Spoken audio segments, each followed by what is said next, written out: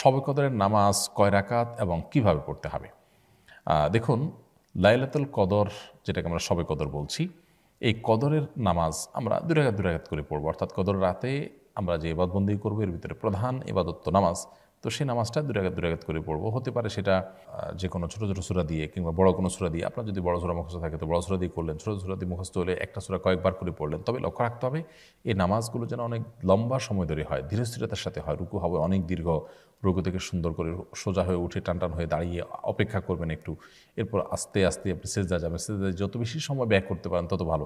অর্থাৎ নামাজের কোয়ালিটিটাকে সুন্দর করার চেষ্টা করা দরকার, কোয়ান্টিটি এটার চাইতে।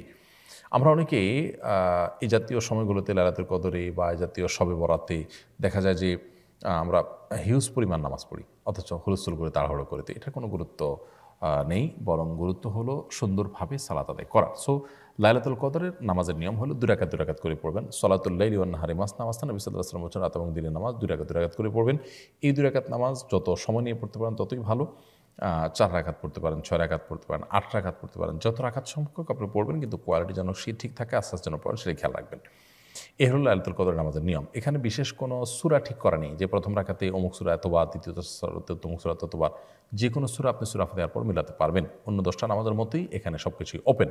সো লাইলাতুল কদরে আমরা বেশি বেশি নামাজ পড়ব এবং নামাজের রাকাত সংখ্যা ফিক্স নেই যে এত রাকাতই পড়তে হবে। আপনার যতটুকু তৌফিকুল আসবে ততটুকু পড়বেন। তবে ২ রাকাত ২ রাকাত করে যে পড়বো আমরা, সেখানে বিশেষ কোনো পদ্ধতি, সূরা ইত্যাদি ফিক্সড নেই। সাধারণ নিয়ম আমরা পড়বো ইনশাআল্লাহ তাআলা। অতএব শবে কদরের নামাজের নিয়মটা আমরা জানলাম এবং কত রাকাত পড়বো। রাকাত সংখ্যাও ফিক্স নেই যে এত রাকাত পড়তে হবে, এর বেশি পড়া যাবে না বা এর কম পড়া যাবে না, এরকম কোনো কিছু নেই। ফারজানা হোসেন চৌধুরী আপনি লিখেছেন, পিরিয়ড অবস্থায় মহিলারা শবে কদরে কি কোন ইবাদত শবে কদরে কি কোনো ইবাদত করতে পারবে? পারলে কিভাবে করবে এবং কি কি আমল করবে? পিরিয়ড অবস্থায় মা বোনরা শবে কদরে ইবাদত অবশ্যই করতে পারবেন। তাদের জন্য যেহেতু নামাজ নিষিদ্ধ, রোজা নিষিদ্ধ, এছাড়া কোরআনে কারিমের তেলাওয়াত স্পর্শ নিষিদ্ধ, এছাড়া বাকি যত ইবাদত আছে সেগুলো তারা করতে পারবেন। সেটা হতে পারে জিকির আজকার, সেটা হতে পারে দোয়া দুরূদ, সেটা হতে পারে আপনার আল্লাহ তাআলার কাছে কায়মনে বাক্যে দোয়া করা, প্রার্থনা করা, ইসলামী বই পুস্তক পড়া, সৎ কাজের আদেশ দেওয়া, অসৎ কাজের বাধা প্রদান করা, এরকম আরও যত রকমের ভালো কাজ হতে পারে, দান সাদাকা করা, সেই কাজগুলো তারা করতে পারবেন। কোরআন কারিমের তেলাওয়াত শ্রবণ করা, শোনা, দ্বীনি কোনো কথাবার্তা শোনা, আল্লাহ তাআলার কাছে বিশেষ করে সবচেয়ে বড় গুরুত্বপূর্ণ বিষয় হলো দোয়া করা। শবে কদরে যে দোয়া আছে, আল্লাহুম্মা ইন্নাকা আফুউন তুহিব্বুল আফওয়া ফাআফু আন্নী, এছাড়া আরও যত দোয়া আছে লাইলাতুল কদরে, এগুলো কিন্তু আল্লাহ তাআলার কাছে নিবেদন করতে পারেন। তাসবিহ তাহলিল করতে পারেন, সুবহানাল্লাহ, আলহামদুলিল্লাহ, সুবহানাল্লাহ ওয়া বিহামদিহি, সুবহানাল্লাহিল আযীম, আল্লাহু আকবার, যত রকমের তাসবিহ আছে এই সবগুলো পিরিয়ড অবস্থায় শবে কদরে মা বোনরা নিবেদন করতে পারেন। তাতে শবে কদরের যে ফজিলত এবং মর্যাদা, মাহাত্ম্য, সেটা তারাও লাভ করার সুযোগ থাকছে তাদের জন্য। আব্দুল আহাদ আপনি লিখেছেন, বিতরের সালাত জামাতে পড়বো নাকি তাহাজ্জুদের সালাতের সাথে পড়বো, কোনটা উত্তম? রমজান মাসে বিতরের সালাত জামাতের সাথে পড়াই উত্তম। বিতরের সালাত জামাতের সাথে পড়ে ফেললে ভোর রাতে আপনি চাইলে আবার তাহাজ্জুদও পড়তে পারবেন না তা না। তবে সাধারণ অবস্থাতেই নবী সাল্লাল্লাহু আলাইহি ওয়াসাল্লামের নির্দেশনা হলো যে আলু আখিরা সালাতিকুম বিল্লাইল, ভিতরে তোমাদের রাতের শেষ নামাজ যেন ভিতির হয়।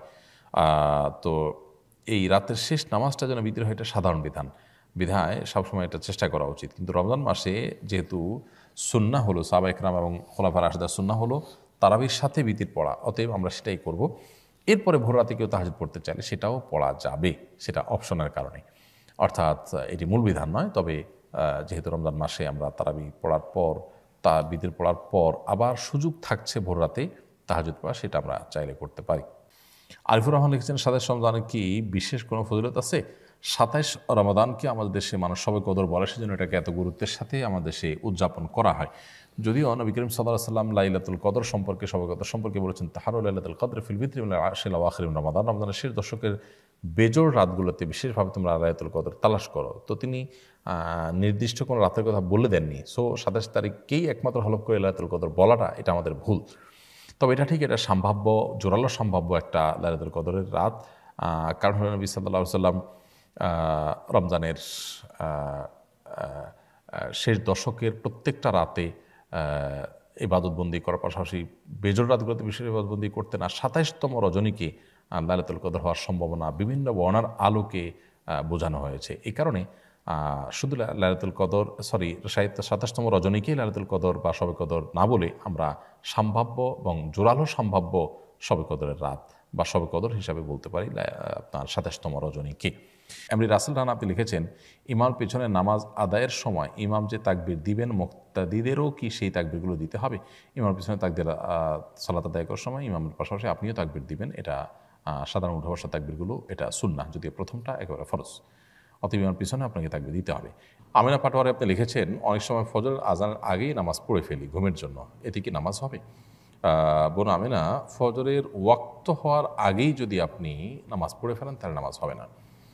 আজান যদি ওয়াক্ত হওয়ার পরে মুয়াজ্জিন সাহেবরা দেয়, আপনি শিওর হলেন যে হ্যাঁ এতটা এত মিনিটে ওয়াক্ত হয়, আপনি তারপরে নামাজ পড়লেন, তাহলে নামাজ হয়ে যাবে। আর যদি যেই টাইমে নামাজ হওয়ার কথা ঠিক তার আগে নামাজ পড়েন, তাহলে সেক্ষেত্রে সেই নামাজ আপনাকে পুনরায় পড়তে হবে। কারণ আল্লাহ সুবহানাহু ওয়া তাআলা কোরআনে কারিমে বলেছেন, ইন্না সলাতা কানাত আলাল মুমিনিনা কিতাবাম মাওকুতা, নিশ্চয়ই সালাত ইমানদারদের জন্য নির্দিষ্ট সময়ে পড়াটাকে অপরিহার্য করা হয়েছে। সো সেই কাজটি আমাদের করতে হবে। এমডি এমন হোসাইন আপনি লিখেছেন, কিভাবে আল্লাহর পথে ফিরে আসতে পারি এবং আল্লাহর পথে নিজেকে ধরে রাখতে পারি? দেখুন, আল্লাহর দিকে ফিরে আসার জন্য দরকার হলো ঐকান্তিক প্রচেষ্টা, সিরিয়াসনেস, দিলের গভীর থেকে মানুষের সদিচ্ছা।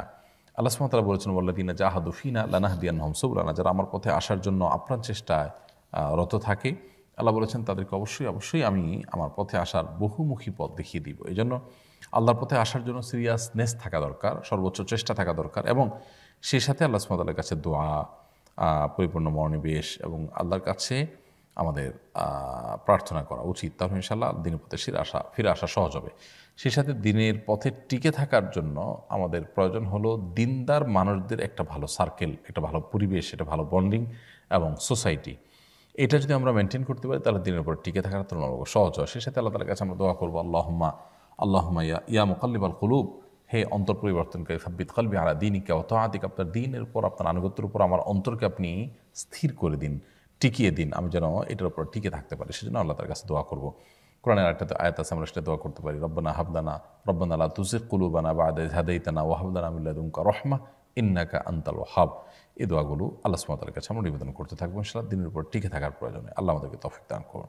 এরপরে প্রশ্ন হলো, রমজানের শেষ দশকের গুরুত্বপূর্ণ দিনগুলো অতিবাহিত হচ্ছে, এই দিনগুলোতে আমাদের কী করা উচিত? রমজানের শেষ দশকের ৫টি দিন অতিবাহিত হচ্ছে, আর সামান্য কয়েকটা দিন বাকি আছে। প্রিয় নবী সাল্লাল্লাহু আলাইহি ওয়াসাল্লাম রমজানের শেষের দিকে সেই ইবাদত-বন্দেগীর পরিমাণ আরও বাড়িয়ে দিতেন। বিশেষ করে রমজানের শেষ দশকের প্রত্যেকটা দিন এবং প্রত্যেকটা রাত তার কাছে খুবই গুরুত্বপূর্ণ ছিল। কানা ইয়াজতাহিদু ফীহি মা লা ইয়াজতাহিদু ফী গায়রি, তিনি এই দশকে ইবাদত-বন্দেগীর জন্য যত বেশি চেষ্টা এবং সাধনা করতেন, অন্য কোনো সময় ইবাদত-বন্দেগীর জন্য এত সাধনা, এত চেষ্টা, এত পরিশ্রম তিনি করতেন না। এই জন্য একজন ইমানদার হিসাবে রমজানের শেষ দশকের অবশিষ্ট দিনগুলোতে আমাদের ইবাদত-বন্দেগীতে অনেক বেশি নিমগ্ন থাকা উচিত। প্রিয় নবী সাল্লাল্লাহু আলাইহি ওয়াসাল্লাম রাত জুড়ে ইবাদত-বন্দেগী করতেন, রাত জুড়ে জেগে থাকতেন রাত জুড়ে, এবং পরিবার লোকদেরকে জাগিয়ে তুলতেন, রমজানের শেষ দশকে ইতিকাফ করতেন, এবং তিনি এই দশকে যে পরিমাণ ইবাদত করতেন তার জীবনে অন্য কোনো সময় করতেন না। তো প্রিয় নবী সাল্লাল্লাহু আলাইহি ওয়াসাল্লামের এই আমলটা আমাদের মধ্যে থাকা উচিত। বিধায় অবশিষ্ট সময়গুলোকে আমাদের কাজে লাগানো দরকার। ঈদের কেনাকাটা কিংবা গ্রামে যাওয়ার ব্যস্ততা যেন আমাদের রমজানের শেষ মুহূর্তের ইবাদত বন্দেগী থেকে আমাদেরকে দূরে সরিয়ে না দেয়। আমরা অনেকেই খুব দুর্ভাগ্যজনকভাবে রমজানের শেষের দিনগুলোকে আমরা নষ্ট করে ফেলি, অথচ এই দিনগুলোর গুরুত্ব আরও বেশি এবং মর্যাদা আরও অনেক বেশি। লাইলাতুল কদর এই দশকের মধ্যেই রয়েছে। সো এই দশককে আমরা সর্বোচ্চ ইবাদতের মধ্যে কাটাবার চেষ্টা করি। আল্লাহ আমাদের সবাইকে সেই তৌফিক দান করুন। আস-সুন্নাহ ফাউন্ডেশন, উম্মার স্বার্থে সুন্নাহর সাথে।